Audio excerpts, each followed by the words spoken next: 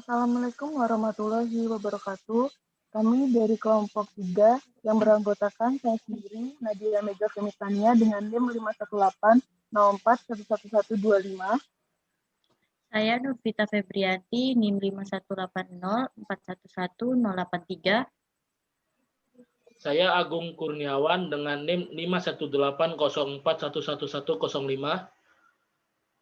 Saya dengan NIM 51804111116. Dan saya Muhammad Rizky Ramdhani dengan NIM 51804111119.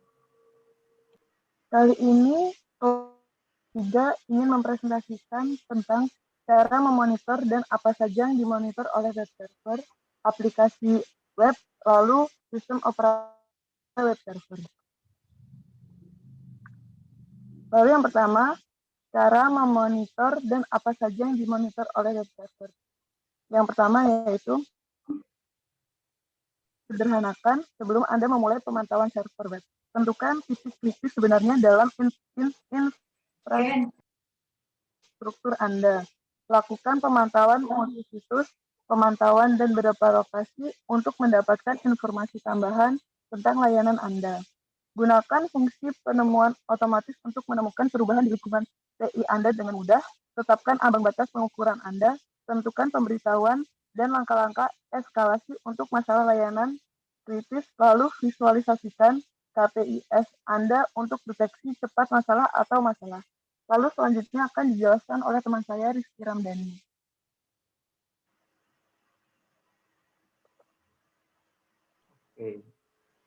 Oke, yang selanjutnya adalah cara memonitoring apa saja yang dimonitoring oleh web server. Ada 3 tingkatan pemantauan server web. Yang pertama adalah opsi yang dapat Anda setel untuk pemantauan server web. Yang kedua adalah komponen dan layanan mana yang paling penting. Dan yang ketiga ada 3 tingkatan pemantauan server web. Yang pertama lapisan 1. Tingkat atau pengalaman pengguna. Sensor berikut untuk memantau konten dan pengalaman pengguna. Di dalam lapisan pertama terdapat berbagai sensor. Dan yang kedua adalah layanan aplikasi khusus yang dimana didapatkan lebih banyak informasi kinerja server web Anda dengan sensor khusus vendor tersebut. Lapisan yang kedua terdapat tingkat tugas pendukung. Yang kedua sensor yang dapat digunakan untuk memantau setiap tugas. Terdapat 2 bagian dalam lapisan kedua. Yang pertama adalah security. Karena keamanan adalah salah satu bagian terpenting dari infrastruktur TI Anda. Anda harus tahu berapa lama sertifikat SSL Anda valid. Dan yang kedua adalah authentication dan redirecting. Jika Anda menyediakan konten dan layanan yang memerlukan autentikasi, pastikan ini berfungsi dan juga bahwa pengarahan ulang Anda berfungsi seperti yang diharapkan. Dan yang terakhir adalah logging dan backup. Jika pemilihan bencana diperlukan, Anda akan senang jika pencatatan dan pencadangan berfungsi di masa lalu. Oke, next. Dan lapisan yang terakhir adalah lapisan ketiga, tingkat sistem atau TI. Pada sistem TI, pemantauan server web, Anda memantau perangkat keras seperti server web, server aplikasi, server basis data, dan perangkat jaringan seperti saklar dan firewall. Sensornya dibagi menjadi 2 bagian. Ada sensor kesehatan server yang di dalamnya terdapat database dan service. Dan yang kedua adalah akses jaringan ke layanan dasar yang di dalamnya terdapat traffic dan akses.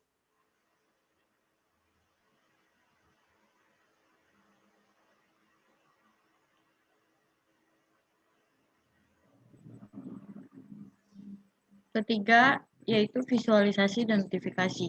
Untuk memvisualisasikan data pemantauan penting Anda dengan mudah atau untuk berbagi hasil pemantauan dengan kolega atau pelanggan, gunakan peta PRTG untuk membuat dashboard bagi setiap kelompok kepentingan.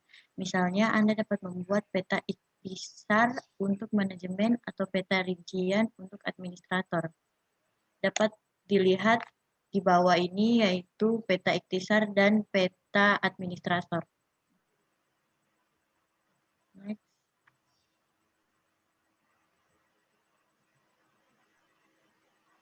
Aplikasi web. Aplikasi web server merupakan sebuah perangkat aplikasi di mana kita dapat menerima request dan bisa mengirim respon dalam protokol HTTP. Dalam menjalankan aplikasi web server, tentunya sudah diprogram dalam bahasa tertentu atau beberapa bahasa pemrograman. Ada macam-macam web server, yaitu Apache HTTP Web Server. Apache HTTP Web Server atau disebut juga Apache adalah salah satu web server yang digunakan di berbagai sistem operasi seperti Linux, Windows, Unix, Novel, NetWare, dan OS lainnya. Yang kedua adalah Nginx. Adalah web server yang bersifat open source, digunakan sebagai proxy, IMAP atau POP3 sebagai jalur keluar atau masuk yang menangani surat menyurat email.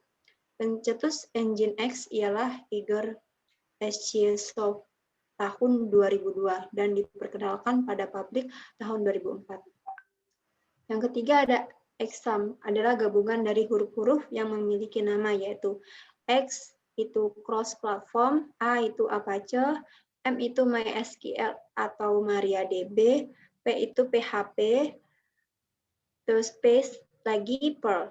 Exam itu merupakan web server yang berfungsi sebagai website offline di mana kita bisa menguji kinerja fitur-fitur atau melihat konten website tanpa menggunakan jaringan internet. Yang keempat, Microsoft IIS adalah web server yang digunakan oleh sistem operasi Windows, berfungsi sebagai mengelola web, pendukung protokol TCP atau IP, file transfer protokol atau FTP, NNTP, dan Gopher. Selanjutnya akan dijelaskan oleh teman saya.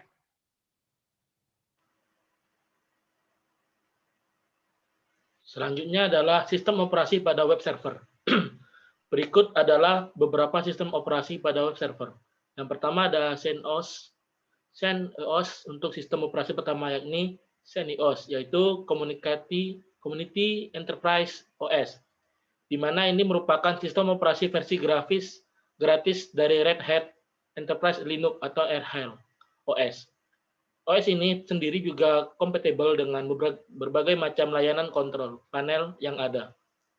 Terlebih digunakan sebagai manajemen web seperti cPanel, DirectAdmin, ESP Manager, dan lainnya. Masalah dari operating system ini terdiri sendiri juga cukup konservatif, sehingga memungkinkan pengguna dapat memanfaatkan arsitektur yang sama dalam waktu yang panjang, dan menerapkan pembaruan yang diperlukan di waktu krusial saja. Dengan demikian, membuat penggunanya semakin nyaman dalam menjalankan OS tersebut. Karena bisa berjalan stabil, handal, dan bisa diprediksi kalau ada kesalahan sistem. OS pada server kedua adalah Debian. Sistem operasi Debian sendiri juga cukup populer sebagai operating system web server, dikarenakan kemudahan dalam konfigurasi menjadi salah satu keunggulan yang ditawarkan. Dan kalau dibandingkan dengan sistem berbasis RHEL, ini banyak sekali perbedaannya. Dan masalah ini berbagi fitur dalam manajemen tertentu dan umum untuk semua sistem Linux. Debian ini sendiri memiliki pendekatan terhadap arsitektur yang konservatif seperti CentOS, hanya saja untuk pembaruan paket yang diterapkan pada Debian ini jauh lebih sering, dengan jumlah yang sangat signifikan dan lebih tinggi, sehingga menjadikan OS ini menjadi kompatibilitas yang jauh lebih luas pada perangkat lunak berbasis Linux. OS selanjutnya itu Ubuntu. Ubuntu untuk OS ini ada dua macam. Yang pertama live server dan juga desktop. Pada desktop lebih menekankan kebutuhan sehari-hari pengguna. Pada server berbeda dengan desktop karena pengguna dipaksa untuk melakukan perintah dasar melalui ketikan. Tidak ada tampilan grafis yang dimunculkan. Hal ini bertujuan untuk menghemat resource yang dibutuhkan komputer dalam menjalankan OS saja, sehingga resource bisa lebih terpusat pada layanan web server yang tengah dijalankan.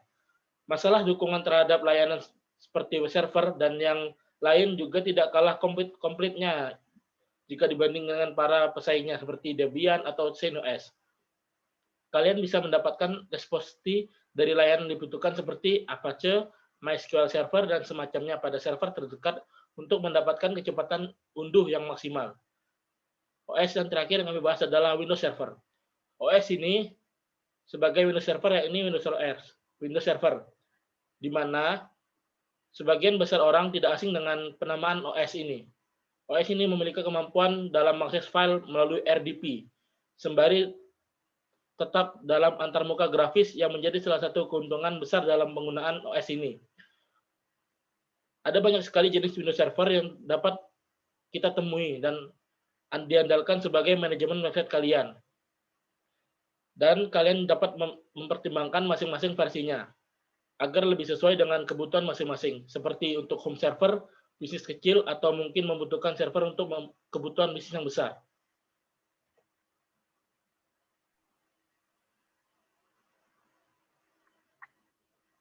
Oke, demikian presentasi yang dapat kami sampaikan. Jika ada kesalahan kata mohon dimaafkan. Wassalamualaikum warahmatullahi wabarakatuh.